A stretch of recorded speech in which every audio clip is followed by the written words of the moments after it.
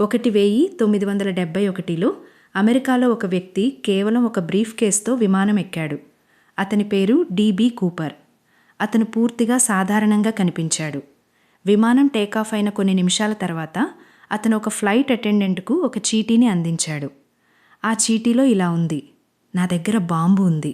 అతని బ్రీఫ్ కేసులో తీగలు, ఎర్రటి సిలిండర్లు ఉన్నాయి. అతని డిమాండ్లేమిటి?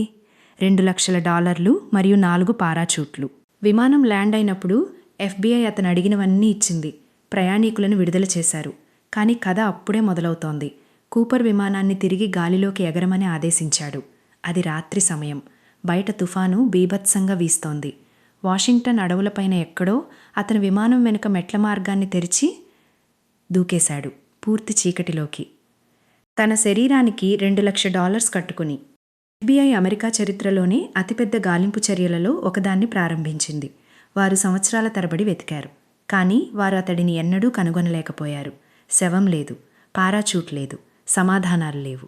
50 సంవత్సరాలకు పైగా గడిచాక డిబి కూపర్ నిజంగా ఎవరో ఎవరికీ తెలియదు. మరియు అతను దూకిన తర్వాత ఏం జరిగిందో కూడా ఎవరికీ తెలియదు.